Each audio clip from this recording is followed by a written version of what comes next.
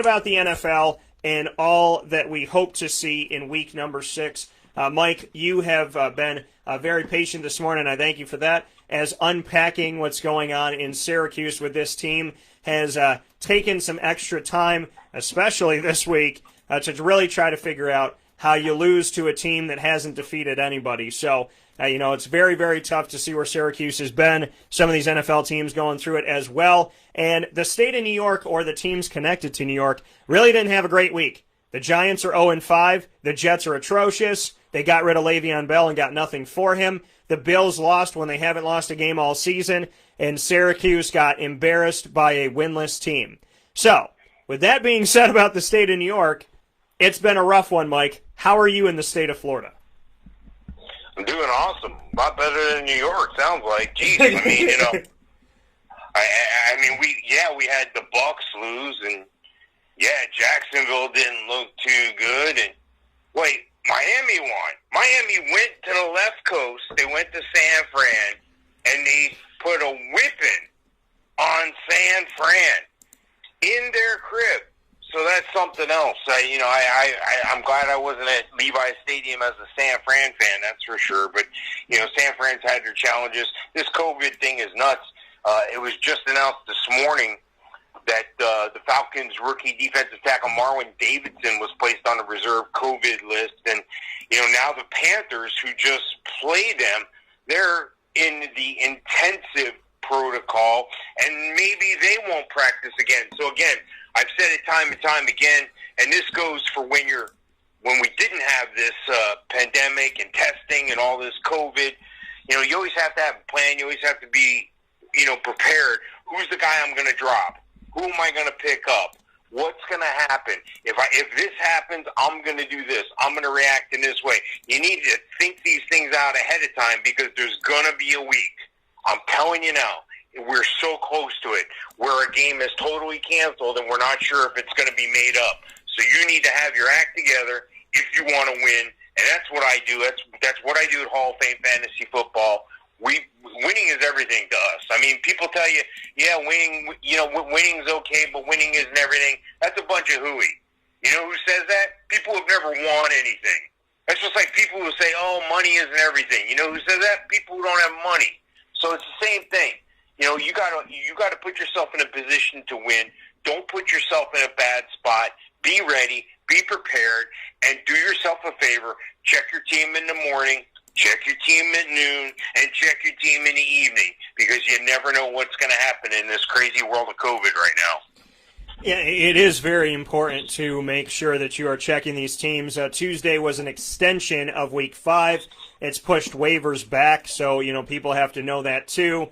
Waivers have been moved back a day, so there's a lot to be said about what's happening and how it's happening, and so you really do have to pay attention. You really have to be clear on what's going on, and to make sure that you are checking your team, seeing who's available, seeing how to navigate through this. So I want to we do our leagues through ESPN, and I worked at 3 different ESPN affiliates in my career, and that's Mike and I met when I was working at ESPN 1080 The Team. So. Down in Orlando, Florida. So I do want to give a thank you to ESPN for having some clarity and at least some help here in what has unfolded, because it has been very difficult to navigate all of this. I want to give my weekly shout-outs to our teams in our league. So let's go to the Floridian League that Mike and I are in. My team, Can I Go to Disney Now, won 138-108 over Buckhammer's team, who has won multiple championships. So it was nice to get that victory. Thielen Like a Million Bucks won 203-104 over the Neon Icons. Name change in progress, another champion in our league, 159-151 over TSR Gigaxians. Team Elite won 181-163 over Orlando Lagoon.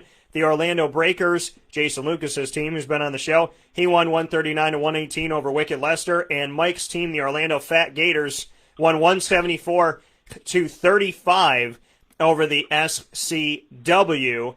And then I want to go to the Marywood League here, filled with Marywood alumni from my alma mater. In the Week 5 of the NFL, our winners, Lights Camara Action, got me 132.84 to 102.98. The Virginia Virginia Ballers won their game over the Chiefs Kingdom, 129 to 126. Saving Matt Ryan, 114.5. over Dallas Roscoe, who had 100, and the Pennsylvania Sandbells 124 over Team Esseff, which had just shy of 65. And in our leagues here in the state of New York, our Central New York teams, brought to you by the Wildcat Sports Pub on 3680 Milton Avenue in Camillus, New York, where we not only draft, but it's also where we watch all the games. I've kept my word. Hopefully you've kept yours if you're in our leagues. And even if you're not, we'd love to have you over there and have some fun with us. I spent time every single week of the last 5 weeks. I've been at the Wildcat on Sundays and sometimes on Saturday. So big shout out to the Wildcat. I've spent the last 5 weekends there putting my money where my mouth is. My Home for the Galladays team finally got something done here. Defeated the Wildcat Pizza Pub 130-129. That is the owner of the Wildcat over there. We won a very close game. A Team Has No Name 187 over Team Lynch 137. Team West 192 over Living on Hilaire 122. And Young Free and Singletary 165 over Binghamton CMC Sweepstakes 124. That is in our Gridiron Gurus League. In the Captains on Call League, to give a quick note here for our Central New York teams, the Captains on Call League, a shout out to Team Lasher. They were able to get the best of my More Swift Than Your Gallop. I might have to change the name of my team like Washington right now. We are ugly in this. We might need a little identity change. 153-116. Underdogs defeats Team Fernandez 166-151. Didn't I Get Lucky 173 over Team Cologne 157. And 4-1 in the league, Tallahassee Knowles 178 over Fort Netflix and Chills 158. And our final team to make note here would be to make the Cuse contenders, put them in the spotlight. And our shout-outs to our Week 5 winners. And remember, Week 5 wrapped up yesterday on Tuesday, October 13th, because of the movement of the Buffalo-Tennessee game. Hot Chub Time Machine won 143 over Wheelan and Dillon 123. Pie Hill Toohey 163 over Beeville Horton 142. Bolts Nation eat double 179 over Benchwarmers 177. And Chicks Dig the Pigskin 2 181 over the Golden Bears 150. So that's where we stand right now inside of the leagues. Mike, since the last time we talked, unfortunately, I feel like every time we talk, there's bad news that we have to mention week to week in fantasy, either if it's a game being moved, but injuries. Saquon Barkley, Austin Eckler, Nick Chubb, Christian McCaffrey, the injury that just happened recently to Dak Prescott. These things have been happening. They've been coming down the pipe. It's very, very tough. We've also seen the Atlanta Falcons fire their GM and their head coach. We've seen the Texans do the same thing, but luckily for them, it was only one person and not two. What are your thoughts on all the changes that have happened? Movement of games, injuries, and the Atlanta Falcons just a few games into the season, as well as the Houston Texans just a few games into the season, saying, we can't watch this anymore. We need to stop the bleeding now. And we're getting rid of our GM and our head coach not even 6 weeks in. Yeah, that almost came as no surprise that happened. But and you look at Dan Quinn from Atlanta. You knew that was going to happen. Your next question was, is Adam Gase next? And this is what it is. It's like I said before. It's like I said with the fantasy football. Winning is everything. To these guys that are coaches and players in the NFL, winning is literally everything. It matters where you're going to get your check or whether you're going to get a check next week, because you get paid per game. You don't get paid weekly. You don't get paid monthly. You get game checks. So the bottom line is still the same. You have to win. You have to put yourself in a position to win. Oh, they're lucky. They always win. No. Luck, we've talked about this in years past. Luck is, if you spell it out, labor under correct knowledge. You set yourself up for success. You put yourself in a position to be lucky. You do what you need to do, and then the ball is going to bounce your way. But the ball's not going to bounce your way if you're not even on the field. So again, just like these NFL teams have to have a plan and have to have contingencies and have to know what they're going to do in the case of a problem, this is what you do when you play fantasy football as well. Follow their lead. You know, you can't just put yourself out there and say, hey, I'm going to play and I'm going to do great and here we go, and not look at your team and not do the right things. These guys practice every day. These guys, the coaches, go hours and hours over game film and all sorts of stuff that you just couldn't even imagine goes on behind the scenes to lead up to a Sunday football game. I'm not saying you have to do that, but give yourself the benefit. Put yourself in a position to win by just checking your stuff every day in this crazy world we're living in. You know, you could be fired from your fantasy team. And what I mean by that is maybe you're 0-5. Maybe you're 1-4. That's how you get fired from your own fantasy team. Do yourself a favor. Have a plan. Follow through. And whatever it takes, make sure you check your team morning, noon, and night. Yeah, you know, it's extremely important to continue to check. And one last note before we hop into the games. Le'Veon Bell, Mike, is no longer a New York Jet. He was there, came in. It didn't look like it felt good. As soon as he got there, there was the notion of, why do we pick him up? Almost like a buyer's remorse. And the team hasn't done a lot of good. They really haven't done much of any good this season. They have looked atrocious. It has been a very, very tough break. I think that this helps out Le'Veon more than anybody. But you know, how they fallen. Le'Veon wanted to play a game. You know, wanted to play. You know, who's the bigger man on campus with Pittsburgh, and it didn't work. Antonio Brown wanted to do it, and it didn't work. Both of these guys don't have a team right now. Antonio Brown is far worse off than Le'Veon Bell, at least at the moment. So 19 months is what he spent with the New York Jets. We saw this come out, and a statement from the team, quote, after having conversations with Le'Veon and his agent and exploring potential trade options over the past couple of days, we have made the decision to release Le'Veon. The Jets organization appreciates Le'Veon's efforts during his time here, and we know he worked hard to make significant contributions to the team. We believe this decision is in the best interest of both parties and wish him future success, end quote. So, he's not subject to waivers. He's a free agent as of 4 p.m. Eastern time today. That's where it's at. What are your thoughts on this? The Jets, I called them the worst team in football this season. I had them in my preseason power rankings, number 32 of 32. They have given me no reason to change my mind. If anything, they've given me more reasons to prove that I was right. What's your take on the Jets and losing Le'Veon Bell without really having him that long? Yeah, you know, it's a dumpster fire. It's been that way. But, you know, Adam Gase and the GM of the Jets, they didn't bring in Bell. They brought in Bell, and then they had the GM change, and then they had the coaching change. They paid Le'Veon Bell $23 million to play 18 games. I could have saved them $22 million. I would have taken just $1 million to just show up because he wasn't doing anything in those 18 games anyway. Look, you look at Antonio Brown, you look at Le'Veon Bell, you flash back to Pittsburgh, you flash back to what they had there. It's amazing. What an amazing job by Mike Tomlin to keep those guys together, to wrangle those emotions, those attitudes, those personalities, those me, selfish guys. You know, it's something else. Because we sit here and we're you know, chastising Le'Veon Bell and Antonio Brown. We're like, oh my gosh, if I only had $23 million for 18 games, if I only had to do this. Well, it's all relative. Because right now, there's a guy who just got his first job flipping burgers at McDonald's, and he's saying, geez, if I could just have my own business and host a radio show online, that would be great.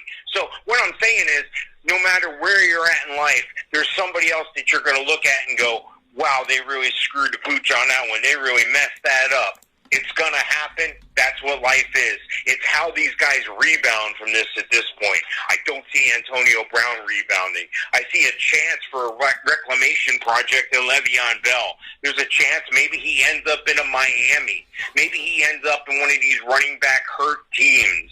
There's teams out there that are going to take that chance on a guy like him just because he does have that talent. But I don't think he's got very many more chances left. So it's going to be amazing to watch. I hope the best for these guys. I don't wish bad on anybody, but like I said, guys, you're elite athletes. You're some of the most talented people in the world. One hundredth of 1% of high school football players will ever get the chance to step on an NFL field like you have. I can't believe you just wasted this opportunity, but like I said, it's all relative. I'm sure we all have our downfalls, and we all have situations where we've messed up opportunities too. So hopefully these guys recover. Hopefully it works out the best for everybody and all the NFL fans and fantasy football fans. Yeah, hopefully things will work out as we move forward, hoping the best for everybody. And if we need to, in some of these cases with Le'Veon Bell and the Antonio Browns of the world, you just hope that they catch on, they find their footing, and they chase after the dreams that they want. Like Mike said, there's somebody saying, oh, I wish I had this, I wish I had that. But there's also people working for it.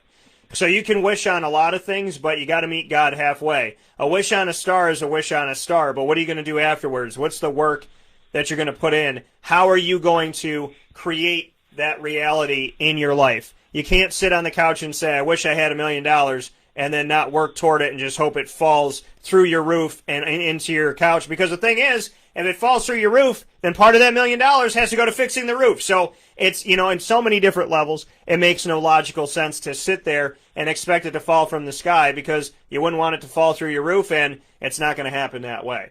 So with that being said, let's hop into the games. Mike and I have plenty to talk about here inside of the Fantasy Football Power Hour, proudly brought to you by the Wildcat Sports Pub, 3680 Milton Avenue in Camillus, New York. They are there for you every single day of the week for indoor and outdoor seating. And, of course, they are there for curbside pickup, takeout, and delivery. If you're having the game at home, you can call them at 315-487-2222 and get in touch with them there. There is no Thursday game, as I said. This week was changed. The NFL is trying to essentially reset, take a deep and move forward. Houston at Tennessee is the first game to talk about. That will be played on Sunday in Week 6. Mike, take it away. Boy, Tennessee looked good. They played zone coverage on 3/4 of the snaps against Josh Allen, and he looked bewildered. He looked like he hadn't seen a football field or a defense in a long time. And it was the opposite. It was 16 days for the Titans. They just looked really crisp, really good, and they got on a roll there, especially in the second half. They started pouring it on. So you got to respect Tennessee, but I think you got to respect Desean Watson. He's able to keep his act together. They do away with Deandre Hopkins. Brandon Cooks comes in, doesn't do much of anything until last week, and he's able to keep the whole thing together. Coaching change, GM change, all this stuff. I think Desean Watson's still a premium talent. It's a shame that, the whole building's falling down around him. Desean Watson, number 13 ranked quarterback on the rankings this week. David Johnson, number 20. Will Fuller always seems to show up at the right time, and that right time's usually in the red zone and the end zone. Number 15 on the rankings. Brandon Cooks finally showing up to work last week. Number 40 on the rankings. And Jordan Akins, number 18.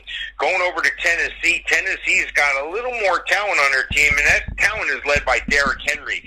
I don't know if you watched the game last night. If you didn't, you're going to watch an angry run. You're going to watch this guy, Derrick Henry, totally trucked Josh Norman, veteran of the league, took him by one arm, used his stiff arm and just shrugged him off across the body and picked up a couple extra yards.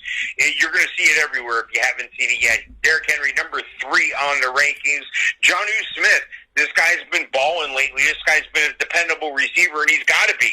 No Corey Davis, no Adam Humphries. They have A.J. Brown pretty much is it. A.J. Brown, by the way, number 22 on the rankings. Corey Davis may be cleared by this game. It was question whether he was going to be cleared by this last game on the COVID list. We'll wait and see on him. But Ryan Tannehill has amazed. You see what he did last year, and you think, okay, that's a one-off situation. Do it again. He's doing it again. He's leading the team. The team's got a solid record, undefeated. He's number 18 on my ranking this week. Looking at this game, I just wonder, is Desean Watson going to pull something out of his bag of tricks? I say not. I say Tennessee's going to keep this party going. They're going to keep rolling, and I'm going to stay with that party until somebody proves me wrong. I'm going to take Tennessee in this game. Yeah, I'm going to take Tennessee as well. What they just did to the Bills was pretty substantial. Now, they had time to prepare and more than enough time to get ready. Obviously the Pittsburgh game got moved and whatnot, and that'll be coming up soon here. But Houston's kind of reeling. Desean Watson's done some good things. I think people need to kind of just take a chill pill and take a deep breath on the Brandon Cooks thing. I wasn't a big fan of him at New Orleans for the majority of his time there. Maybe in the beginning he was all right, but, fantasy-wise, wasn't looking at taking him. Then he went to New England, and I was like, no, he's not somebody that I've been ever wowed by. So the fact that he had one good week in fantasy football, just don't expect him to get you like 80 points. My one buddy was like, who would have thought he'd be on my bench pulling off everything he's doing, having a career day and this and that. And yeah, that's true, but that happens because it's about consistency. These guys are on your bench for a reason, and if he does it again this week and then he does it again, then it's on you. But I would temper your expectation of Brandon Cooks. I still think he's a wide receiver, low end 2, high end 3. Will Fuller's still your higher end number 2. Deshaun Watson's worth the play in this game. That's really all I look at in that respect. Ryan Tannehill on the other side, he's playing the Houston defense, so he's not a bad play in this. Low-end quarterback 1. Derrick Henry just as you brought up to, when Norman came up and tried to grab him, just one-handed pushed him in the helmet and threw his body off as if he were a Thanos. He was like, my pinky is stronger than your torso. Just knocked him right out of the way. It was crazy. Derrick Henry worth the play. A.J. Brown is back. He's worth the play because he's playing the Houston Texans. And Jonnu Smith, not a bad play as well. Like I said, I'm taking the Titans. Next game up, Mike, Cincinnati and Indianapolis. What do you have for this one? Yeah, Joe Burrow's been putting on a clinic for rookie quarterbacks to follow on the way in, but he's just not doing what your job is as a quarterback. Your number 1 job is to make first downs. Okay, he's doing that. Your number 2 job, and maybe 1A and 1B, is to win football games. And it's been unfortunate that they haven't been able to do that. But I still believe in Joe Burrow. I still think he's a talent. I still think he's going to be a talent for years to come. But this team needs to run the ball. They need to run the ball behind Joe Mixon. Joe Mixon, number 8 on my rankings this week. The challenge is Joe Burrow has had limited amounts of people to throw the ball to.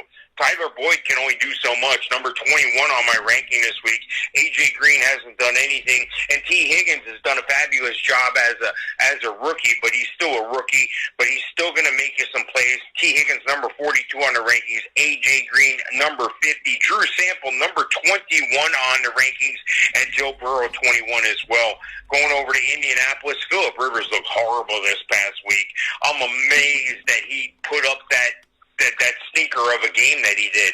I'm amazed at this point that they have a winning record of 3-2. They have a winning record behind the running of Jonathan Taylor, number 8 on my rankings this week. Nyheim Hines, number 29. T.Y. Hilton, number 28. Zach Pascal, number 59. Paris Hilton still dinged up. Michael Pittman dinged up. Jack Doyle, where have you been, my friend? You don't know Jack. Yeah, we don't know Jack. We don't know where you've been. Show up, my friend. You're number 41 on the tight end rankings. Mo Alley Cox, can't say enough about this young guy. He's learned how to play football over the past several years. Number 26. And Trey Burton, number 20. There's times if you look at the schematics because of the loss of wide receivers, if you look at what they're putting on the field, there's a lot of 3 and 2 tight end sets. So Trey Burton's going to show up some more for them. But, I just don't like what Indianapolis is doing. I know Indianapolis is favored in this game. It wouldn't surprise me if Joe Burrow went into Indianapolis and blanked them, put something on them. But again, Joe Burrow is a rookie quarterback. Indianapolis defense isn't too bad. They're going to pin their ears back. They're going to blitz him. They're going to disguise packages. They're going to put him in a position to fail. They're going to put pressure on him. I got to take the Colts at home, but I think it's going to be closer than people think. Yeah, Mike's going with Indy in this game. I'm actually going on the other side. I called the victory I called Joe Burrow's first victory, and that was against the Jaguars at home in Cincinnati, and I'm calling Joe Burrow to get a victory in this matchup as well, again against the AFC South. I think he's going to get this one. Indy has underwhelmed me. I thought that maybe they would vie with the Tennessee Titans, who would ultimately win the division, but I thought they would at least vie with them for it. I'm not impressed by anything that I've seen from the Indianapolis Colts lately. I think Joe Burrow is worth the play in this game as a high-end quarterback, too. Joe Mixon, definitely worth the play. T. Higgins, a flex wide receiver, a wide receiver 3 for you in this matchup. On the other side of it for the Colts, I'm not sold on Phillip Rivers. He is interception prone. And so Jonathan Taylor is really your guy. Nyheim Hines is your flex. T.Y. Hilton is a wide receiver, I would say a high-end wide receiver too, in my opinion, in the grand scheme of things here. And watch Mo Alley here, questionable with a knee injury. I'm going with Cincinnati. Joe Burrow, he's going to continue to find good things. There's better teams than he's played against. He played against the Browns, who can definitely score, and he's had some other fights. I don't think the Colts are his toughest fight. I think this game's going to come down to the wire. Even though it's in Indianapolis, I think inside of the Dome that we're going to see some good stuff, potentially an end-of-game, game-winning drive or field goal could be happening in this matchup. I would lean on the side of a field goal. I'm going with Cincinnati in the matchup. Atlanta at Minnesota, Mike. What do you have for this? Yeah, Atlanta with the coaching change, letting Dan Quinn go, they had to do something. I mean, they fell apart at the beginning of last year. Yeah, they rallied back, but if you go back to the Super Bowl before that, they lost. They gave up that 25-point lead. They gave up a lead like that again in the recent past here. They've continued to struggle week in, week out. You got to wonder, is Matty Ice getting long in the tooth? No, they've had some injuries. They've had some problems. Look, Todd Gurley is the guy they want to see, the old Todd Gurley. He's been doing okay. He's not been, wowing everybody, but he's not doing that bad. And right now this week I had him number 16 on the rankings. Matty Ice number 6. Calvin Ridley's the star, though. Calvin Ridley, number 4 on the rankings. Julio Jones still dinged up. Russell Gage, number 41. And Hayden Hurst, my friend, you're showing up a little bit at a time. Please, show up a little more, okay? You're number 11 on the rankings this week. I need to see something more going over to Minnesota. Kirk Cousins, up and down, looking good, looking bad. We need consistency, my friend. 16 on the rankings this week. Delvin Cook, we knew it was going to happen. We knew he was going to get injured. Contract year, they ink him up. Boom, here he goes, groin injury. Now, it's not a severe groin injury. The MRI came back clean. He's got a strain. Look, they got a bye week next week, the following week, week 7. I think they're going to hold him out. No official designation as of yet, but it looks like they're going to hold him out. That's why I have Alexander Madison, the top waiver wire pickup. He's number 4 on the running backs this week. Adam Thielen, number 1 receiver this week against that porous Atlanta secondary. Kyle Rudolph, Irv Smith, number 28 and 25 on the tight end rankings. I don't see how Minnesota loses this game. That being said, nothing would surprise me, but I got to take Minnesota at home. Yeah, you got to purify yourself in the waters of Lake Minnetonka. I got to go with the home state of Prince and go with Minnesota in this one. Atlanta is just all over the place. I said this could be a resurgent year for Matt Ryan, as far as fantasy points, and it started off with some good things, but the reality of it all is I also told you that I do not believe in the defense at all. And the defense has not disappointed. The reality that, they've disappointed in general, but for me, they haven't disappointed my thought, which is that there was no way that this defense was going to really stop anybody, in my opinion. So Calvin Ridley's worth the play. Todd Gurley is relegated to a flex position. That's all I got for Atlanta. On Minnesota's side, Kirk Cousins, if you got somebody off or somebody hurt, maybe Kirk Cousins, in the grand scheme of things, maybe he's your guy right now because, you have a Russell Wilson that's going to be off this week, or, you have one of the quarterbacks that's, maybe you have Justin Herbert. Maybe you went and got him, so he's off. Drew Brees is off. Derek Carr's off. So if you have Kirk Cousins as your backup, this would be the week to play Kirk Cousins, in my opinion. I don't think you could go wrong in this matchup with him this time around. So I like that opportunity for you in this game to play him and to see, obviously what he's going to do against this Atlanta defense, which is, you can't overstate how bad this defense has been. So, Kirk Cousins worth the play, Adam Thielen worth the play, Justin Jefferson, because of the defense, is worth a flex. Kyle Rudolph got his first catch of the game at the end of the game. He has definitely fallen off the map here. Delvin Cook is questionable with a groin injury, but Alexander Madison, I had him on my bench, and now I have the right to start him. So he was on my bench because I didn't think he was going to get much. I thought he'd get a few touches, but he moves up here with Delvin Cook. If Delvin Cook is indeed out, definitely Alexander Madison. But even with that groin injury, he is worth the play for you as a low-end running back, too. Definitely a flex play for you. Mike Boone, my guy from Cincinnati, who's been on Wake Up Call with Dan Tortora, he did some nice things, too. He's a deep flex that you can go after if you need some help this week. I got to go with the Vikings at home as well. Denver at New England. They told us it was going to be on this day, then this day. Now it's on this day. What are your thoughts on the fact that hopefully, God willing, we will get Denver at New England? Yeah, nothing would surprise me if the game didn't get delayed again the way this year is going. But look, this is an interesting game. I don't have a lot of high-ranked players in this game, but these are the games that make the difference. Everybody says, I messed up. I got this guy in the first round instead of this guy. You didn't mess up your draft in the first round. You messed up your draft in the middle rounds. That's where you make your money. And I could train a monkey to pick this off the top 50 list. You know what I'm saying? It is what it is there.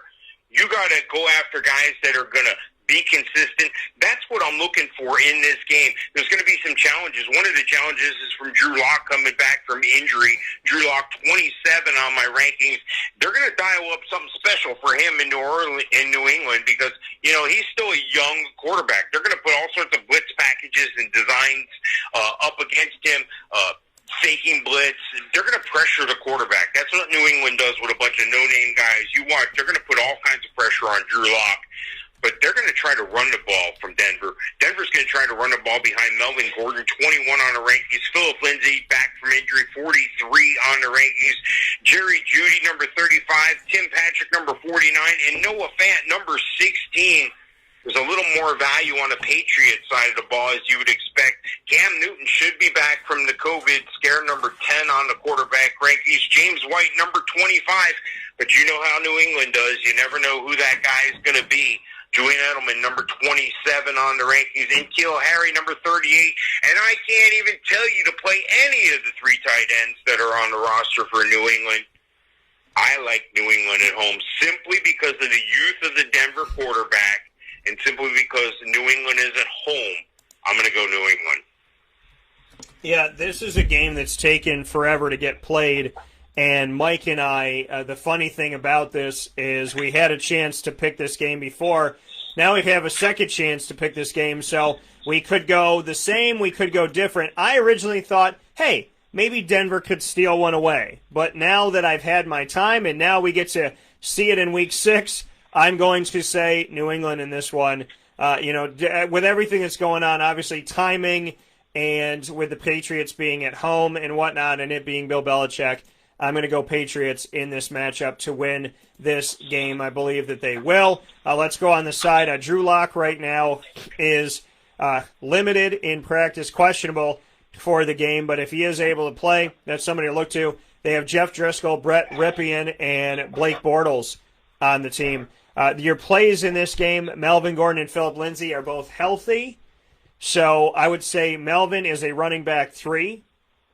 I would also tell you that Phillip Lindsay is a running back 3. And the two of them splitting time and really not knowing exactly what that's going to look like still. I'm still like the jury's out on that one. So I would just be careful with playing one of them and relying on them. Jerry Jeudy is the one bright spot of the Denver Broncos offense right now. He is worth your play. And then on the other side of it for the New England Patriots, Cam Newton obviously is put in. So he could play he could play in this game, so that's something to look at. If he does play, he's worth the play. Outside of that, Damian Harris is on the team, and James White is doing their thing, trying to figure out who that guy is going to be. And Rex Burkhead, Sony Michel has just fallen right off the map, and he got hurt. So if Cam Newton plays, he's worth the play. And N'Keal Harry is worth a play as well as a wide receiver 3, especially if Julian Edelman stays on the injury report here with a knee injury. Outside of that, there's not a ton of fantasy value in this game, but I'm going to pick the Patriots in the matchup. Mike, next one that we got to go to, the Washington, don't call me a name because I don't have one, Washington football team going up against the New York Giants. The fight of a team that has no identity versus a team that has no identity. Giants at home against Washington. Giants trying not to go 0-6. Washington only has to win 2 to 3 games this season to win the NFC East. What are your thoughts on this? Yeah, it's crazy. I do want to talk about Washington's quarterback situation. If you watch the game, Kyle Allen got the start. Dwayne Haskins was demoted to number 3. I'm sick. I don't feel like being here on game day, so I'm going to leave. And wouldn't you know it, Kyle Allen goes down.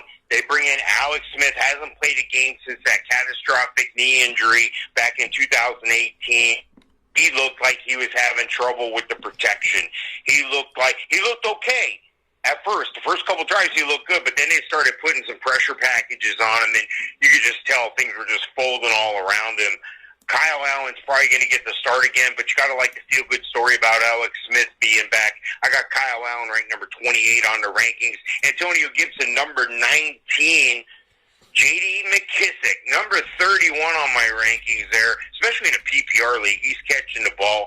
Terry McLaurin against that weak New York Giants secondary. This is the guy, though. Number 12 on the rankings, and Logan Thomas, number 22. So I think they're going to be able to pick apart the Giant defense a little bit. But there's some money to be made on the Giant side as well. Daniel Jones, 17 on the rankings this week. Devonta Freeman, as he gets more comfortable in this offense, they're going to be able to expand more packages for him. He's going to do nothing but see his stock rise. Number 22 on my rankings this week. Darius Slayton, number 20. Golden Tate, number 43. And Evan Ingram, number 8 on the tight end rankings this week.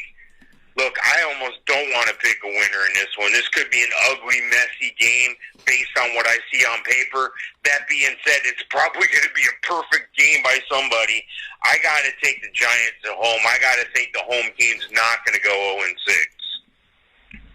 This game is like a really bad movie. It's like Babylon AD. If you've never seen it, don't do that to yourself. I did it because a friend wanted to see it, and I wanted to be supportive. And I realized after that support doesn't mean that you have to watch bad movies. So, Washington's football team, I really honestly, Dan Snyder, if you don't put a name on this team, I'm not even going to talk about him anymore. Like, give him a name. Everybody's a football team. There's 32 football teams in the NFL. You can't be the Washington football team because everybody's a football team. The Jaguars are a football team. Dallas is a football team. Just pick a name. Pick a non-racist name. It can't be that hard. Is it that difficult to not find a name that couldn't be racist? Call yourself the Cyclones, the Bobcats, the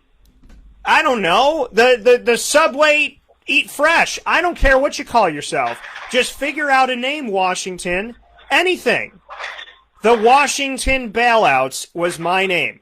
You can take it. I'll only charge you $5 billion for it because I know, Dan, you got the money, and I know that I could just tell you how much it's worth, even if it's not, and you would pay me because you make horrible decisions. It doesn't make any sense.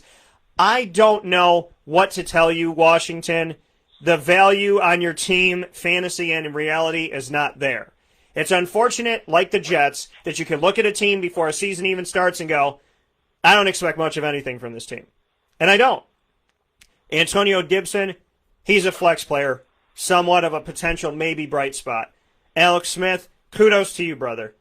And I appreciate and I hope that you get to live a long, fun, healthy, happy, and safe life, and that it just gets more and more incredible. If you get to play, do your thing. If Kyle Allen plays, I know he's talented, comes from Houston, but really, Antonio Gibson's all I got for you. On the Giants side of it, Evan Ingram. You got to play Evan Ingram. You have no, he's playing Washington. This is the game. Okay, this is the one to play him. Devonta Freeman is worth the play as well. He's a running back 3, a flex guy for you, worth the play. That's it. That's all I have. Mike, I don't know if either team in this game, I sit here and I ask myself, is either one of these teams capable of winning this season? But somebody has to, right? They could tie, but somebody has to win this game, and I'm going to pick the Giants. But it's ugly. It's ridiculous. The NFC East is atrocious. And Washington still doesn't have a name. So, I don't know.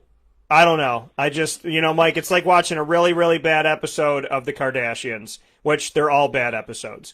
Baltimore at Philadelphia. What do you have for this? Yeah, wow. Lamar Jackson dinged up, had some illness, like a stomach virus or something, and then He was dinged up a little bit, missed a couple practices, didn't look like the normal Lamar Jackson we're used to seeing. Was still able to do his job, was still able to get things done. Lamar Jackson this week should bounce back a little better for you. Number 4 on my quarterback rankings. They're having trouble running the ball from the running back position. Now, they run the ball effectively. They run the ball in the right spots. They're one of the top rushing teams in the NFL behind that great offensive line. What I mean is you're not getting the production, you're not getting the value out of Mark Ingram or J.K. Dobbins that you should be, because Lamar Jackson runs a lot. They do a lot of jet sweeps, and they do a lot of effective passing. Mark Ingram, number 30 on my rankings, and J.K. Dobbins, number 38. Marquise Hollywood Brown, number 23 on the wide receiver rankings, and Mark Andrews. This guy, week in, week out, you can just automatically put him in the same conversation with Travis Kelce. You can put him in the same conversation with George Kittle. Mark Andrews, number 4 on my tight end rankings. There's a little bit of value on the Philly side. Carson Wentz, number 20 on the quarterback rankings. Miles Sanders is where it's at. He's the team. They play better around him. I don't see, if he had a good offensive line, if he had a good team around him, if he had some wide receivers on that team, this guy would be off the charts. Miles Sanders, number 10 on my running back rankings this week. I can't really play any wide receiver. I don't even know if these guys are going to play. Desean Jackson was dinged up. Is he coming back? Alshon Jeffrey dinged up. Is he coming back? Greg Ward and Travis Fulgham have been pulling down the wide receiver position for guys that were able to jump on these guys in daily or cover themselves last week in emergency. They did well with Travis Fulgham and Greg Ward, but I can't really say and I want to start any receiver on this team. The one guy who's catching the ball is Zach Ertz. Dallas Goedert's hurt, so Zach Ertz is your guy, number 4 on the tight end number 5 on the tight end rankings this week.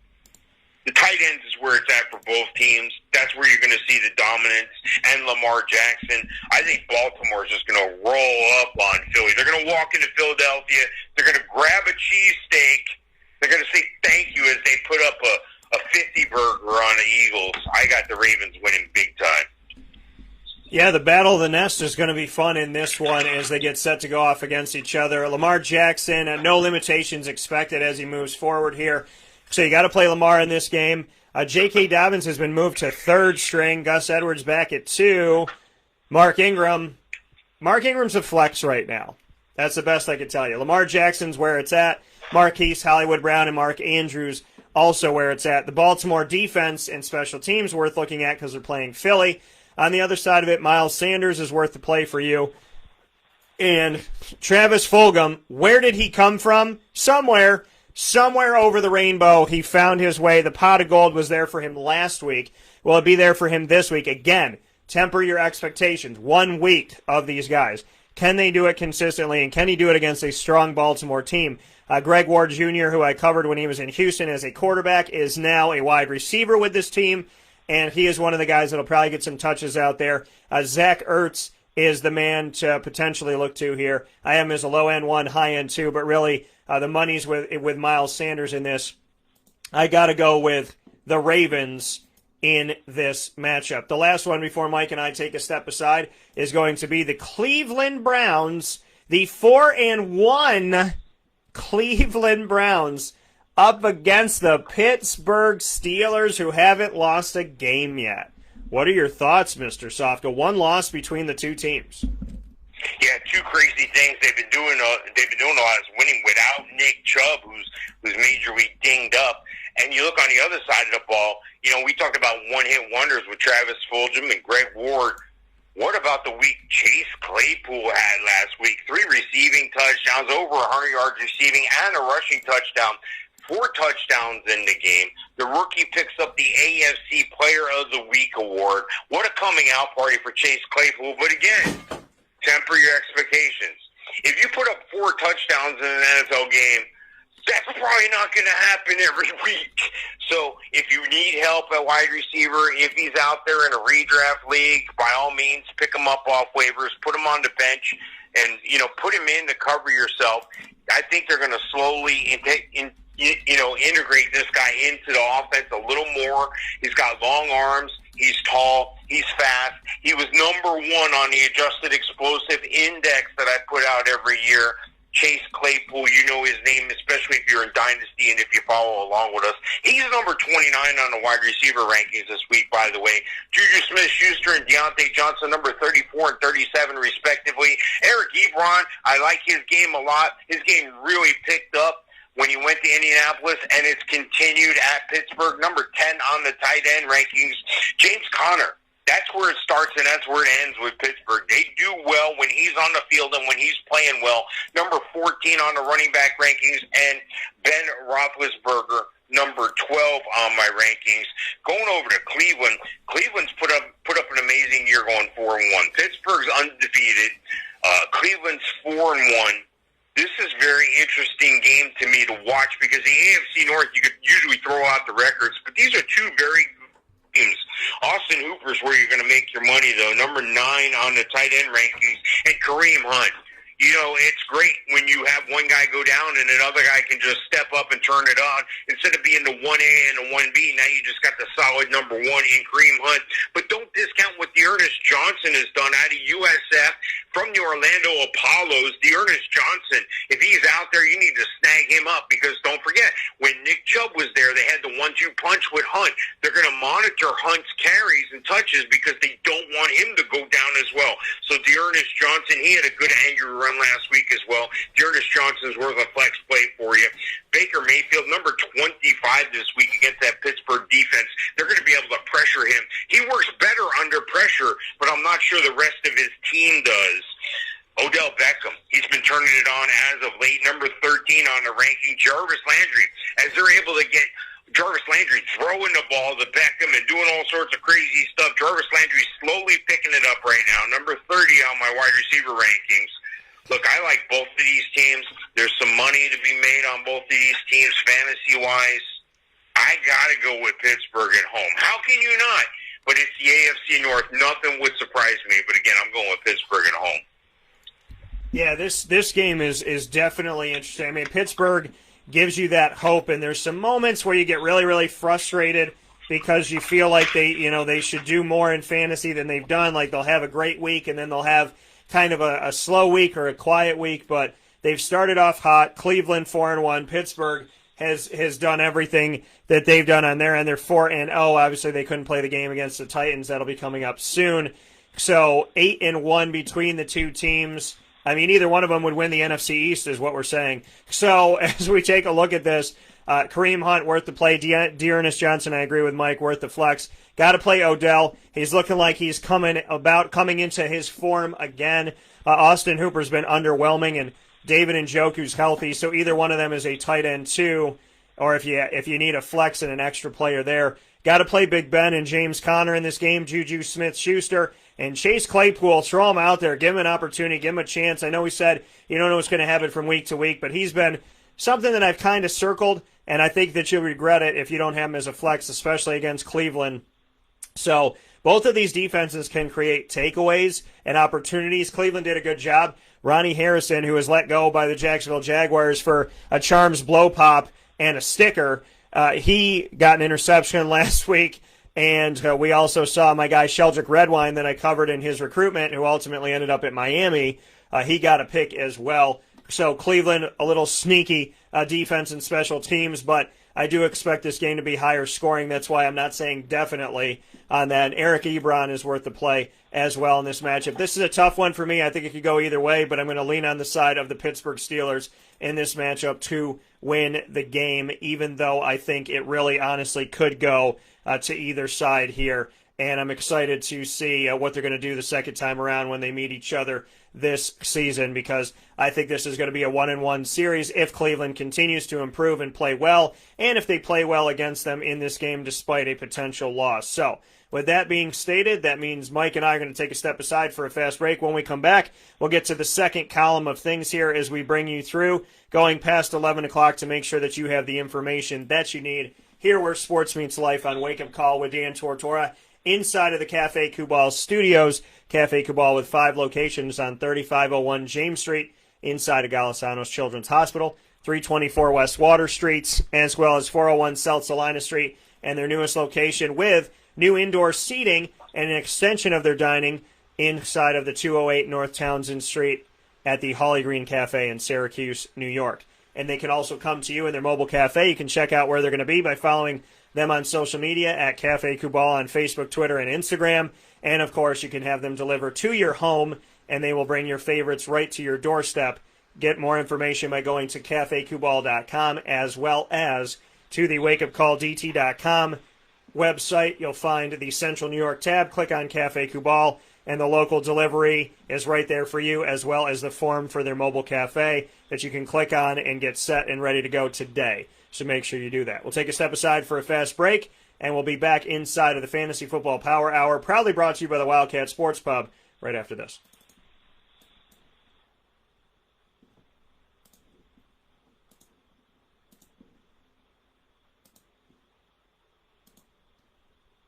Carvel DeWitt, it's what happy tastes like. Do you know why? Because we make ice cream. Creamy, rich, flavorful ice cream. Not yogurt or iced milk like some of our competitors. Ice cream. Fresh, by hand, daily. For the calorie conscious, we have something new for you. Our new Carvelite. Same great flavor, creaminess, and texture of our regular ice cream with only 35 calories an ounce. So whether you want an ice cream cake, flying saucer, dasher, carvalanche, hard or soft ice cream, we will satisfy your craving with our fresh, handmade regular or new Carvelite ice cream. Carvel DeWitt. It's what happy tastes like.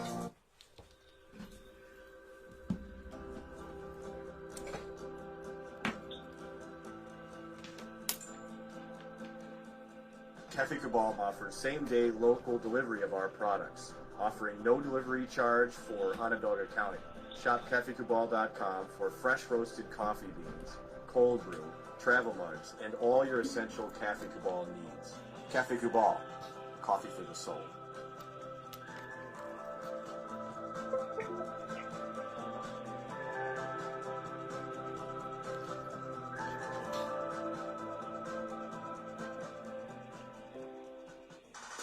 The Wildcat Sports Pub in Camillus, New York is located on 3680 Milton Avenue in the Home Depot Plaza. It is your family-friendly sports bar and restaurant.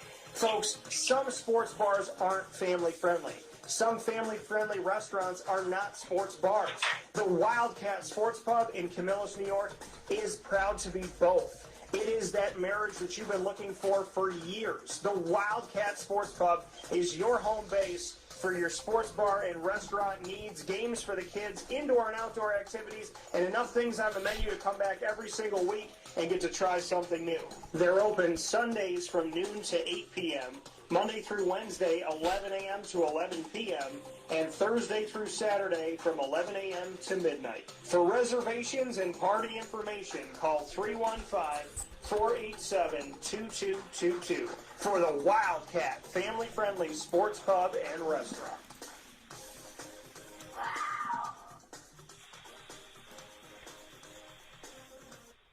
Welcome back here to Wake Up Call with Dan Tortora on wakeupcalldt.com, your one-stop sports shop, and on mixlr.com/wakeupcalldt. You're also watching here on Facebook Live on facebook.com/live-now-DT. All of it inside of the Cafe Kubal studios, letting you know what's popping from Ma and Pa's Kettle Corn and Popcorn Factory.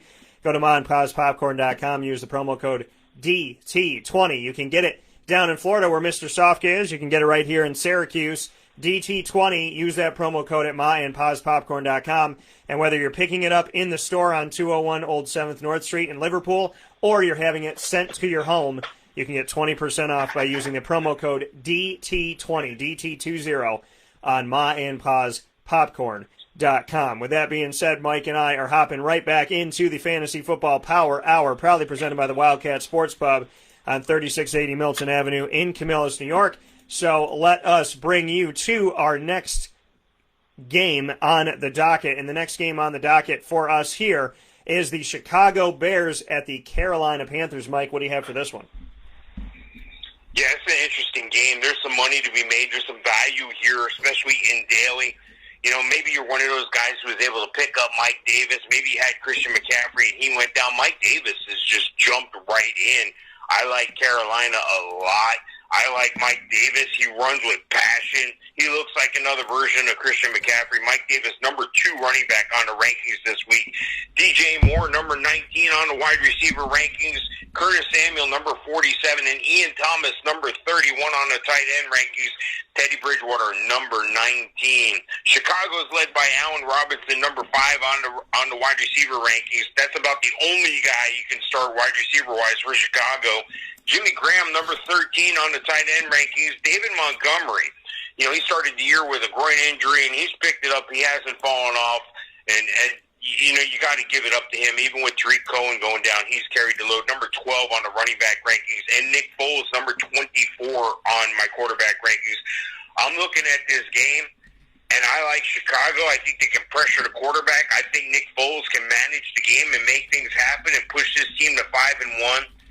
But I like the way Carolina's running the ball. Carolina's at home. Teddy Bridgewater's not playing bad. He's not playing lights out, but he's not playing bad. I'm going to take Carolina at home this week. Yeah, this is an interesting game because, again, you look at these two teams and where they're at right now, and neither one of them looking terrible by any stretch of the imagination. The Carolina Panthers are 3-2. The Chicago Bears are 4-1, right behind the 4-0 Green Bay Packers, who are, coming back into things this week after being off last week with the Detroit Lions in their true bye week. So, to look at this and to say that either one of these teams is any type of a slouch, they're not. There's talent on both sides of this, and I told you Nick Foles would eventually take over. I think Nick is worth the play in this game if you have one of your quarterbacks off. Like I said, a bunch of them are off this week. The likes of Derek Carr, Justin Herbert, Drew Brees, and big man Russell Wilson doing his thing, comeback guru, just making it. It says something about you when there's it's that 2-minute warning, right? That 2-minute drill, and 1:57 left to go in the game, and I saw Russ out there, and I said, listen, there's a good chance. When you see a quarterback and you think to yourself, this guy's going to win the game, that says something about where that quarterback is and if they're in an upper echelon, and he definitely is. So if you got Foles as a backup, Foles is worth the play in this matchup.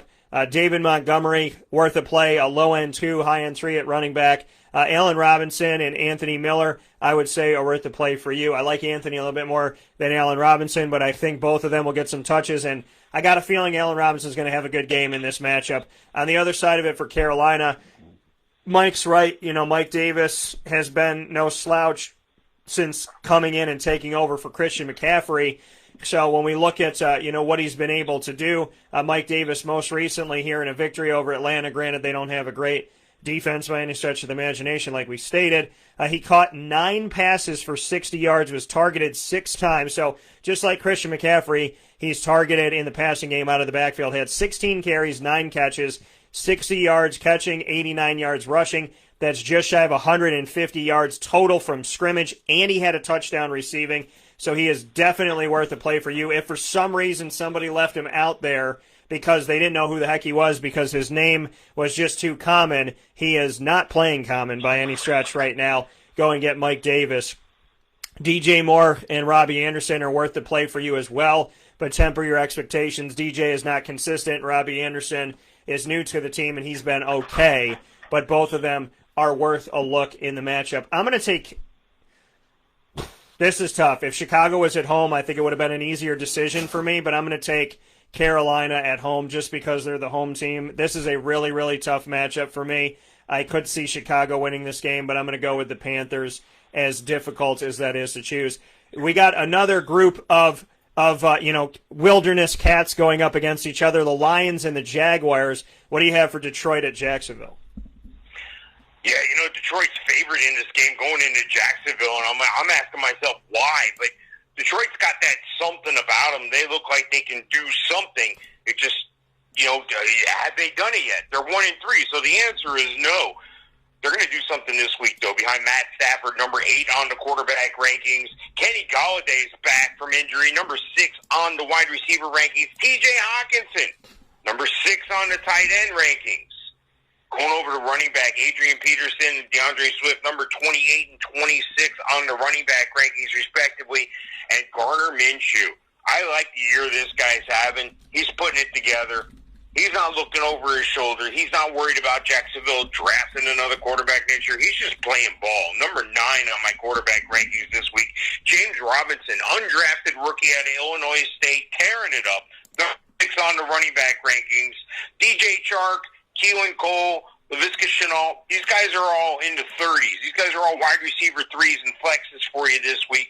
Tyler Eifert, number 19 on the rankings for tight ends this week. Look, I know I said that there's some better players on Detroit's side of the ball, and I know both teams have stunk it up a bit, but I got to go with Jacksonville at home. I know Vegas says Detroit's going to win by 3.5 points.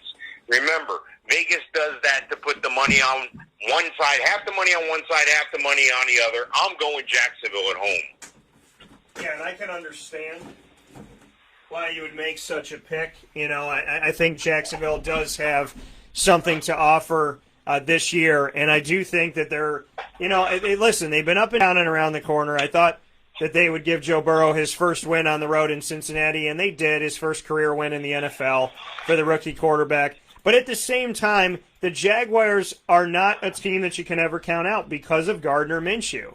And so as much as it has been rough to see them lose to a winless team and the Syracuse Orange lost to a winless team, I mean, it's been very, very frustrating to see these things happen.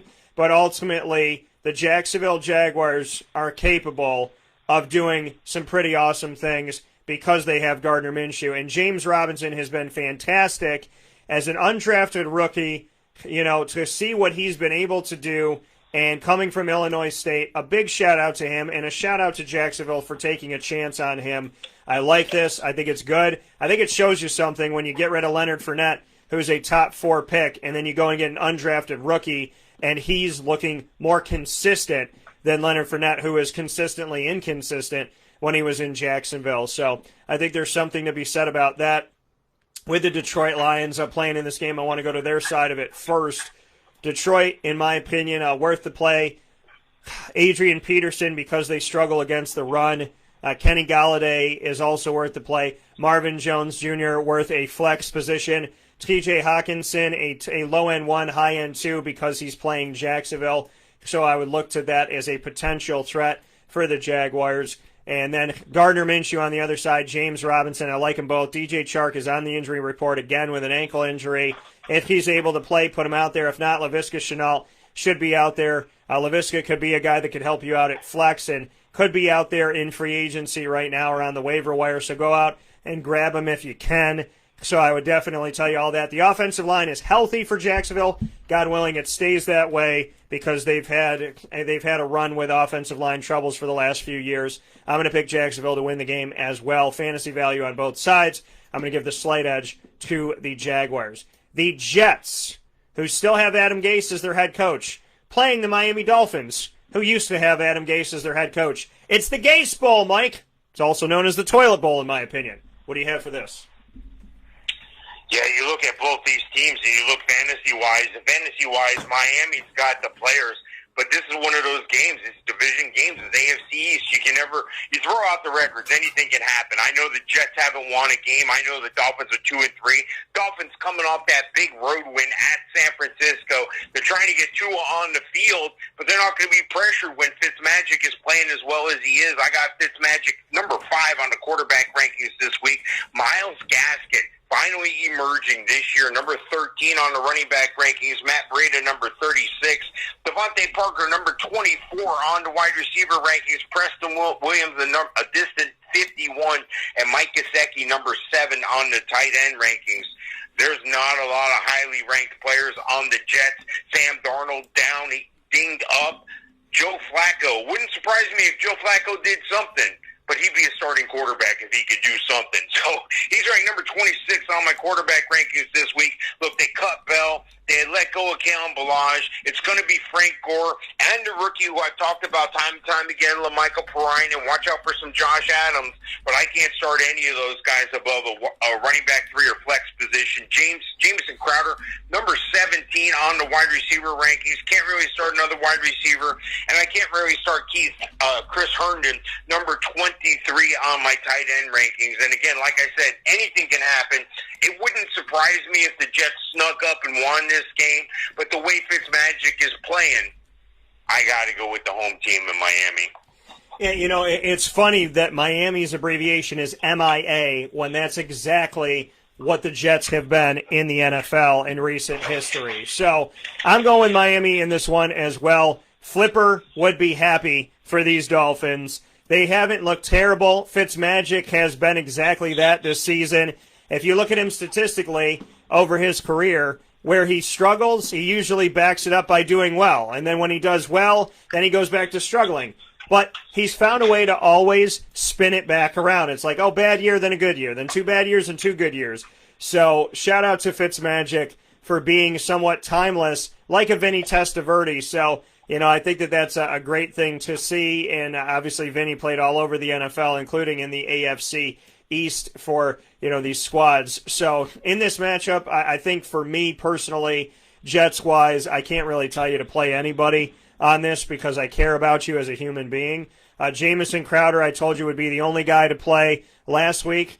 I would stick with that this week as a flex. Outside of that, Fitzmagic is worth the play if you got him out there because he's playing the Jets. Myles Gaskin's worth the play because of that. Devontae Parker and Preston Williams are worth the play because of that. Mike Gesicki is worth the play because of that. I got Miami rolling in this one. Mike, let's go to Green Bay at the Tampa Bay Buccaneers. This is, you look at this game and you would have thought in recent years, you're like, whatever, that's an easy win for Aaron Rodgers and the crew. But this is Aaron Rodgers versus Tom Brady. And as long as Tom Brady can figure out how many downs he has this week, he should be okay. What do you have for this one? Yeah, this is my game of the week. This is the game I'm definitely going to watch. Definitely going to watch Aaron Rodgers versus Tom Brady. The Packers undefeated. Brady trying to make something happen coming off of that loss from the Bears. Look, anytime you get the GOAT under center, you're going to pay attention. The GOAT is ranked number 7 on my rankings this week. Ronald Jones, number 15 on the running back rankings. We should see Leonard Fournette back this week, but he's no more than a flex at number 40 on the running back rankings. Mike Evans, number 9 on the rankings. Chris Godwin, number 18. We should see both of these guys this week. And Cameron Brate, if you're struggling for a tight end or you might have somebody on a bye, watch for the relationship to continue to blossom with Cameron Brate and Tom Brady because it hasn't blossomed with Gronk yet this year. O.J. Howard, of course, dinged up. Gronk, number 17 on the rankings. Cameron Brate, number 20. But again, look for him to be a guy to help you down the stretch. On the other side of the ball is where all the money is. These are where all the plays are. This is the better team in Green Bay. Right now, the way they're playing, the way Aaron Rodgers is taking to that Matt LaFleur playbook, the way he's gelled, the way he's done this without wide receivers. He does have one wide receiver, though. Devontae Adams, number 3 on my rankings. Aaron Jones saying, A.J. Dillon, who? Number 5 on the running back rankings. Aaron Rodgers himself, number 11 on the quarterback rankings. And Robert Tonyan out of nowhere. This is another guy. If he's still out there, pick him up. Aaron Rodgers likes him in the red zone and the end zone a lot. Robert Tonyan, number 15 on my tight end rankings. Look, Green Bay is favored in this game in Tampa by 1.5 points. I'm not buying it. I'm going with the Bucs at home. You're going with the Bucs. All right, so going with the Bucs at home in this matchup, an interesting one for Mr. Mike Sofka. I am going to be going with the Green Bay visiting Packers in this matchup to win this game. So, I think this is going to be a good matchup no matter what. Whoever comes out winning this thing. But I got Aaron Rodgers on one side. Aaron Jones, listen, I fought against it for a while. I didn't think that he would give you fantasy points. He has. So the reality of it all is he's worth the play. Devontae Adams, if he's able to go, Devontae Adams right now still has that hamstring injury that's been nagging him. If he can go, he's worth the play. If not, then Marquez Valdez-Scantling with the injury to Allen Lazard puts him as a flex for you. And Robert Tonyan is a guy to pick up at tight end, especially with the woes that they've had at wide receiver due to injuries. With that being stated, on the other side of things for Tampa, Tom Brady is worth the play for you in this matchup. And, of course, that's Leonard Fournette, like Mike said, could be looking to come back in this game if he is able to come back in this matchup playing up against Green Bay. He's a potential flex for you. He's been underwhelming. He had a really strong game, but he hasn't been consistent. Cut and paste from Jacksonville. And then Mike Evans, play him. Chris Godwin, if he's able to play with a hamstring injury, play him as well. And Cameron Brate moving up here with O.J. Howard going down. You can't get rid of O.J. or Cameron because one of them goes down and they need the other one always every season. Gronk is still the number one on the depth chart, but Cameron Brate is the guy that I think you should play this week with an outside shot at Gronk. Gronk is a low-end 2, high-end tight end 3. Brate is a low-end 1, and plenty of value here. Mike Evans and Chris Godwin are both wide receiver 1s. Chris Godwin a little bit lower than Mike Evans this week because of the injury, but both worth the play if they're out there. I'm going to go with Green Bay on the road, but I think that this could have some of the best fantasy points this week. Could be a game that gets into the high 30s, if not into the 40s. Mike, the Rams at the Niners, what do you have for this? Yeah, you got to wonder what the Niners are thinking, reeling off that whipping that Miami gave them in their own crib. I know they're down like 9 starters and like all these players and their whole defensive line. No excuse. This is the NFL. Next man up. Let's go. You're still 2-3. You're 0-3 at home, though, and that's where your next game is against the Rams, who are 4-1 and 2-1 on the road. The Rams, I think, have all the firepower here. Let's get to it. Jared Goff, number 15 on the quarterback rankings. Cooper Kupp, number 7 on the wide receiver rankings. And Robert Woods, number 14. So 1 at 7 and 1 at 14. So Goff's definitely got somebody to throw the ball to. Gerald Everett came around last week, number 24 on the tight end rankings. And number 14 is Tyler Higby. So again, a 1-2 punch at tight end, a 1-2 punch at wide receiver. And Daryl Henderson's been doing a great job. They brought in Cam Akers. He's been dinged up. Malcolm Brown started to take off. Malcolm Brown got dinged up. Malcolm Brown's still dinged up. He's going to play a little bit this week. He's nothing more than a flex for you, though, at number 44 on the rankings. Daryl Henderson, though, is who they're going to run behind. That's the guy they're standing behind. San Fran, Jimmy Garoppolo looked horrible in his return. He just didn't look ready.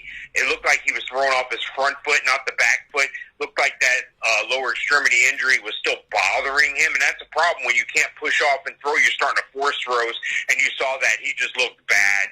But he should recover. He should rebound nicely this week, although not that highly touted this week against that Rams front. The pressure. You got Aaron Donald in your face. So, look, temper your expectations there is what I'm saying. But I'm looking at Raheem Mostert coming back from injury. Looked great last week, number 18 on the rankings. Jerick McKinnon, number 37. Deebo Samuel, number 52. No other wide receivers to note. The one guy that's going to catch the ball, George Kittle, number 2 on the tight end rankings.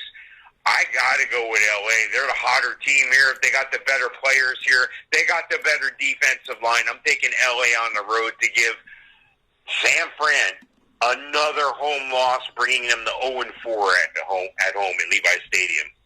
Yeah, I'm going to go with the Rams in this game as well, and I love the GIF game that I got going on this morning, especially the Ram that I just got to put up here. Let's go to the Rams side of the ball first. Jared Goff, worth the play in this. Like I said, if he might be your backup on your team and somebody might be off this week or injured, he is worth the play. Daryl Henderson, I told you about him coming out of Memphis. I talked about him in Memphis. I was there for the UCF Memphis AAC championship game where he ran all over them. And UCF had to really pull out all the stops to get a victory in a high-scoring game in that one. Daryl Henderson, I told you his name 2 years ago. Hopefully you listen to me. I know it took some time. Things don't happen overnight. He's been doing a tremendous job. Cam Akers has been relegated to 3rd string. Malcolm Brown 2nd. Daryl Henderson worth your play this week in this matchup. Not that Cam Akers isn't going to get some touches and couldn't be a flex for you, but Daryl Henderson I put as a low-end running back too. Cooper Kupp and Robert Woods worth the play. I like Woods better than Kupp in this matchup. The tight ends, it's still kind of a toss-up in the air for me for Higby and Everett. So if we look at what happened most recently here, Tyler Higby had 2 catches and Everett had 4 for 90. So, he didn't have more. Higby had 2 for 12. He didn't have many more. He only had, he caught all the targets that went his way, caught 4 of 4. Higby caught 2 of 2, but that's still really close. So I would temper it there on who you're going to play. I would say that either one of those is a tight end too for you. If you play them both, you may be disappointed because they may total to be like maybe what one wide receiver would be in your situation. So I wouldn't waste a flex on it. On the other side for San Fran, if Jimmy G is able to go, he's questionable with an ankle injury. Raheem Mostert is the one to play here. but I would also lower kind of your thoughts this week because he's playing the Rams defense. I think the Rams defense is definitely worth the play in this matchup. And if you're watching on Facebook Live, we're back into it. I'm giving my thoughts on the Rams and the Niners. Rams at the Niners. I'm going to pick the Rams to win this game. Jared Goff, worth the play. Daryl Henderson, Cooper Kupp, and Robert Woods. I like Woods more than Kupp. Everett and Higby are too close to call right now. I think that either one of them is a tight end too. I don't think that you should waste a flex playing them both. On the other side of it, Raheem Mostert, but temper your expectations because he's playing the Rams defense. I think the Rams defense is worth the play, and George Kittle as well. I know Brandon Ayuk and Deebo Samuel have done some good things, but those are flex guys right now, and they're playing the Rams defense, so I'm not really sold that highly on them. With that being stated, Mike and I are going to take our final step aside of today's broadcast inside of the Fantasy Football Power Hour, proudly brought to you by the Wildcat Sports Pub. We'll be back right after this with our 2 Monday Nighters.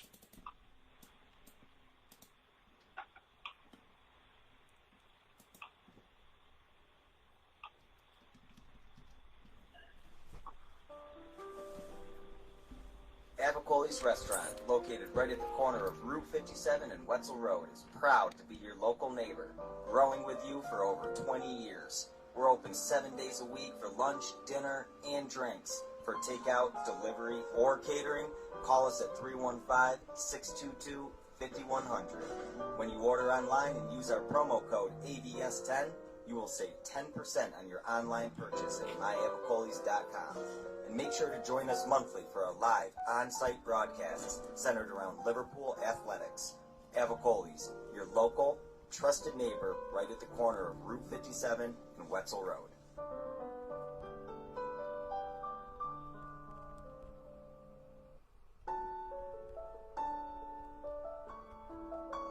Having peace of mind when you're out of town that your furry-loving friend is safe and sound means taking them to Canine Campground, because we all know that when it comes to the love of our pets, it goes well beyond the call of duty to make sure they're safe and sound. Right, Lily? So take a ride to 242 Johnson Street in East Syracuse, New York, and see Canine Campground and where your dog will be staying in the classic cabin, the executive cabin, the grand cabin, or of course the luxury cabin, because if you know Lily, you know she loves luxury. Now you don't have to wait to the last minute to find a family member or a friend that'll take your dog for a few days. Call Canine Campground at 315-299-4013. That's 315-299-4013. Their drop-off and pickup times are Monday through Sunday. Check K9campground.com for more information. That's the letter K, the number 9, and campground spelled with a K.com. K9campground.com. When you're going out of town, bring your dog to Canine Campground.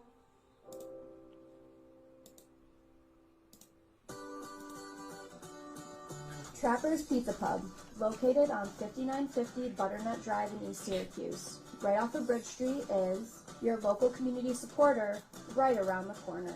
Join us on site at Trapper's Pizza Pub for our live monthly broadcast supporting Central New York student athletes and their sports programs. Call 315-438-4444 for more information. And find us on Facebook and Instagram at Trapper's Pizza Pub. Trapper's Pizza Pub, your local community supporter right around the corner.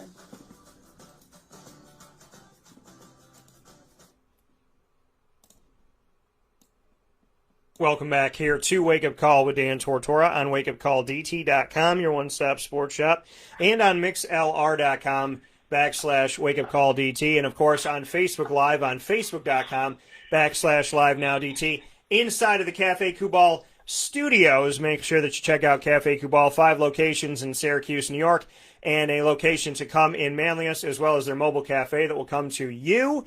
And that gives them a location pretty much anywhere in central New York because they'll come to you. And the home delivery with no delivery charge for those of you living in Onondaga County. With that being stated here, Mike and I, Mike Sofka speaking on him of Hall of Fame FantasyFootball.com.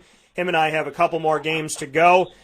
And we appreciate you navigating with us this morning as we do extended time, as we always do, inside of the Fantasy Football Power Hour. And here in video number 2, as we wrap up these games. For those of you on YouTube, you'll see this all together. For those of you that are watching here on youtube.com/wakeupcalldt. So we appreciate that so very much. The Wildcat Sports Pub giving you indoor and outdoor seating on 3680 Milton Avenue in Camillus, New York for the Syracuse games, the NFL games, and all throughout the week. And if you're going to watch the games at home or you're just hanging out, socially distanced, whatever you're doing, you can call 315-487-2222 for curbside pickup, takeout, and delivery. With that being stated, Mike, we have 2 Monday night games. There is no Sunday night game this week, no Thursday night, and no Sunday night due to the NFL trying to get back on track, get a hold of things, get a hold of what's going on with Corona, and try and set everything straight. So the first one is going to be interesting. It's a 5 p.m. game, which means on the West Coast, this game is going to be during work hours at 2 p.m. Eastern Time. There'll be some people calling into work, I feel like, on this one, when Kansas City plays the Bills. Now, this was supposed to be undefeated versus undefeated, but Kansas City just lost to the Raiders, and the Bills just lost to the Titans. Which one of these teams do you think is going to bounce back in this game? I think the better question is which team's going to lose 2 in a row, because I didn't think either team would lose a game yet. So Kansas City's the better team on paper, but they're going into Buffalo. This is going to be interesting. Patrick Mahomes, number 2 quarterback on my rankings this week, and of course he's going to throw the ball a lot to Travis Kelce, number 1 tight end in the NFL, number 1 again this week. But he also has a little fast guy called Tyreek Hill, number 10 on my wide receiver rankings. Sammy Watkins is injured. He's going to be out for a little while. We're going to see some more Mecole Hardman and Demarcus Robinson. You're not going to see those guys more than a flex. Clyde Edwards-Helaire, Clyde the Glide, CEH, number 11 running back on the rankings. On the Buffalo side, Josh Allen, number 3 quarterback this week.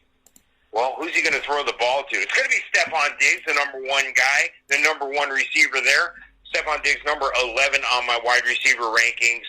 I don't really count on John Brown or Cole Beasley. Those guys show up in the game. They look nice, but they're not very nice to you fantasy-wise so far this year. Number 44 and 39 on the rankings, respectively.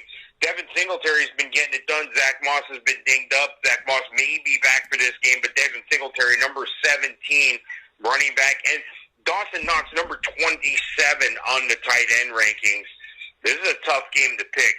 When you go out to dinner, you usually eat a salad or you get your entree right away or you get an appetizer. No, this is the game where you're going to eat dessert first. You're going to eat dessert before that late game, and dinner is going to be the late game. That's going to be enjoyable, but the dessert is the best, and that's going to be this game. I'm going to take KC going into Buffalo and winning the game. Yeah, I think Kansas City in this matchup has a great chance to bounce back and win this one. I think there's a lot to be said about this matchup because Buffalo is a good team, but Buffalo, after losing to Tennessee, could be reeling after losing 2 in a row. Now, granted, to 2 teams that Mike and I believed, in the preseason when we made our predictions for the playoffs, would make the playoffs. So it's not like they're losing to bad teams by any stretch of the imagination, but at the same time, it's one of those things that, you're still going to have those 2 losses, and it's going to hit you, and it's going to hurt a little bit. Could come back to bite Buffalo if Tennessee and them are fighting for the 3rd spot. I have them at 3rd. Mike has them at 4th when we did our preseason, when it came to our preseason playoff predictions. So, as far as it goes for Kansas City in this matchup, I would say Kansas City, in my opinion, obviously, this is not a hard one for me to have to judge. Pat Mahomes is worth the play. Clyde Edwards-Helaire is worth the play. Tyreek Hill and Travis Kelce as well on Buffalo side of it. Josh Allen, Devin Singletary, temperate a little bit, but he's worth the play. And Stephon Diggs. I got Kansas City winning this game. I think it's going to be 2 great teams going up against each other, 2 playoff teams going up against each other, and Kansas City is going to stop the bleeding while Buffalo is going to look bad because they're going to lose 2 in a row. But, again, against 2 teams in the playoffs, and hopefully they'll learn something from the tape because they're going to have to see these teams again if they want to get anywhere. Final game, Mike, also on Monday night at normal time, 8:15 p.m. Eastern Time. This was the one that was supposed to be on. It's the ESPN game. The Cardinals at the Cowboys, an old NFC East matchup that's back again. What do you have for this? Yeah, well, needless to say, this game would be a lot better if Dak Prescott was playing, and horrific injury. It was a horrible situation. I hope he recovers well. He should bounce back for next year, but his season is done. Andy Dalton's going to be able to step right in and do the Trent Dilfer type job and just don't screw it up. Don't fumble the ball. You got playmakers all around you. Get the ball to the playmakers. And the number one playmaker Dallas is going to get the ball to is Ezekiel Elliott, number one running back this week for us on the rankings. Dalton Schultz doing a yeoman's job at tight end, number 12 on the tight end rankings. Amari Cooper is where it's at, though, number 16 on the wide receiver rankings. CeeDee Lamb, number 26, and Michael Gallup, number 31. All these guys took a step down, a notch down or two with Andy Dalton rather than Dak Prescott. I still think Dallas is a good and balanced team. It's going to be up to Zeke Elliott to carry that load, though. Kyler Murray's the number one quarterback this week on the other side of the ball for Arizona. And DeAndre Hopkins, Bill O'Brien's got to be kicking himself. DeAndre Hopkins is balling, number 2 wide receiver on my rankings. That not only showed that DeAndre Hopkins wasn't the problem, but Bill O'Brien was, and now he's lost his job. Christian Kirk, number 48 on the rankings. I can't start any tight end for Arizona. And Kenyon Drake, he was up there, and he's fading. I'm going to give him a chance still. I think him and Chase Edmonds are going to share the load. Kenyon Drake, number 24. Chase Edmonds, number 27 on my rankings this week. Arizona's favored in this game. I don't think they would have been favored in this game. Would Dak Prescott have started, or would Dak Prescott be available to start? I think Arizona is going to slip one past the Cowboys here. I like Arizona at home. Yeah, I got to go with Arizona in this one as well because there is no... I'm sorry, Arizona on the road. I'm sorry. Arizona's on the road. They're going to go into Dallas. Yeah, no, you're good. But I would definitely say Arizona as well for me in this matchup. I got to pick them in this game just because, obviously playing without Dak. It's funny how Andy Dalton went there, and I thought to myself, hey, you know what? We could end up seeing Andy Dalton at some point. Not that you think that it would ever happen because Dak and staying, and being out there in his talent, but when it comes to injury, now Andy Dalton's a starter. So now from Cincinnati to there as a backup, Ben DiNucci, who played for the Pitt Panthers in the ACC that I covered there, he's the backup to Andy Dalton, just to make note of that. I don't think Andy Dalton's going to be bad. I think he's going to manage the game. I'm sure he knows what he's doing, and he's got a lot of talent, so there is going to be some fantasy value. But let's go to Arizona first. Kyler Murray, absolutely. Kenyon Drake and Chase Edmonds temper them, but the Dallas Cowboys defense is awful. This could be the week to play Drake as a flex or Edmonds as a flex. DeAndre Hopkins is worth the play as well. He's balling out. He's incredible, absolutely incredible. Daryl Daniels has taken over as the first-string guy. That's there, and he had his career best for the Cardinals. So looking at him in tight end, he's somebody to look to as a potential play in this game because Arizona's playing Dallas and because of Dallas's defense. So that's something that you do have to look to. I do want to make a note here about, just so you know, if you're not familiar with Daryl Daniels, 2 catches, 37 yards, didn't do great, but he got out there. Christian Kirk had 78 yards.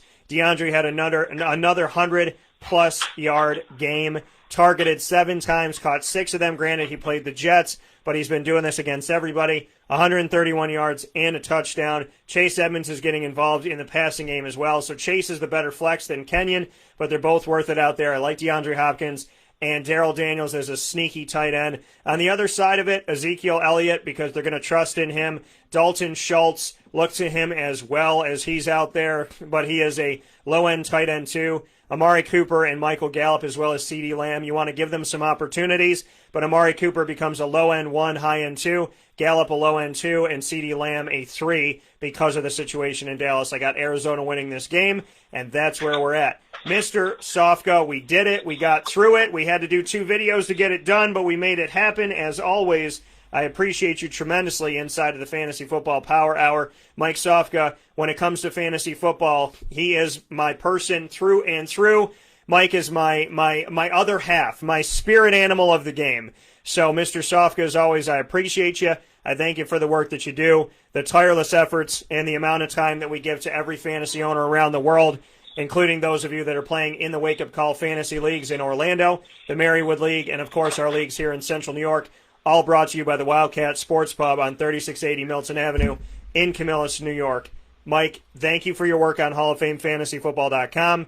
Thank you for the Facebook group and everything that you do with our joint group, Winning Fantasy Football. And thank you for just being a good person who cares about people, works hard, and really wants to give something to the next person. So I thank you times a million, and I appreciate you as always.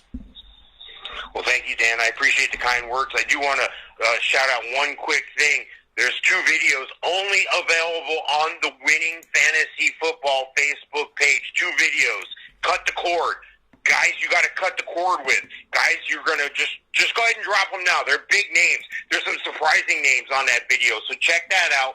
And also check out the other video, who's on your radar? Who are guys you should be looking at? Not necessarily dropping everything and picking up, but looking to pick up the following coming weeks. We appreciate you listening. Thank you very much. Check us out, Winning Fantasy Football Facebook group. That coming from Mike Sofka. Mike, I'll talk to you soon. All right, thanks, Dan. Take care. That coming from Mike Sofka here on WakeUpCallDT.com. We appreciate you. We thank you for being here, and I send my love and my respect to everybody out there. Thank you for navigating with us as much as you have, and understand that when life gives you lemons, it's not only important to make lemonade, it's important to make whatever you want. Sometimes life gives you lemons and you're going to turn around and build a house. You put those lemons to the side and say, I'm going to do something else. So understand that life will throw you curveballs. It's not all perfect, but it's the stuff that we fight for that is worth getting in the end. The stuff that comes easy goes just as easily. So give your best, do your best, believe in yourself, and be good to yourself, and be good to others. Find us on Facebook at WakeUpCallDT, Twitter at CallDT, and Instagram at WakeUpCall_DT. I want to thank Julian Wiggum for the Midweek Blitz, and Mike Sofka for the Fantasy Football Power Hour brought to you by the Wildcat Sports Pub. Thank you to all of you. Like I said, find us on social media, and we'll be here with you tomorrow morning and every Monday through Friday from 9 a.m. to 11 a.m. Eastern Time. We have pre- and post-game coming up for the Liberty game this weekend. I will be at the Dome and there for you, God willing, to cover yet another game inside of the new Dome that so few of us get to do, and it is a great and tremendous honor. And in the meantime, from the Cafe Kubal Studios, this is Wake Up Call and Dan Tortora telling you to have a fantastic day. God bless, no stress, and as always, do your best.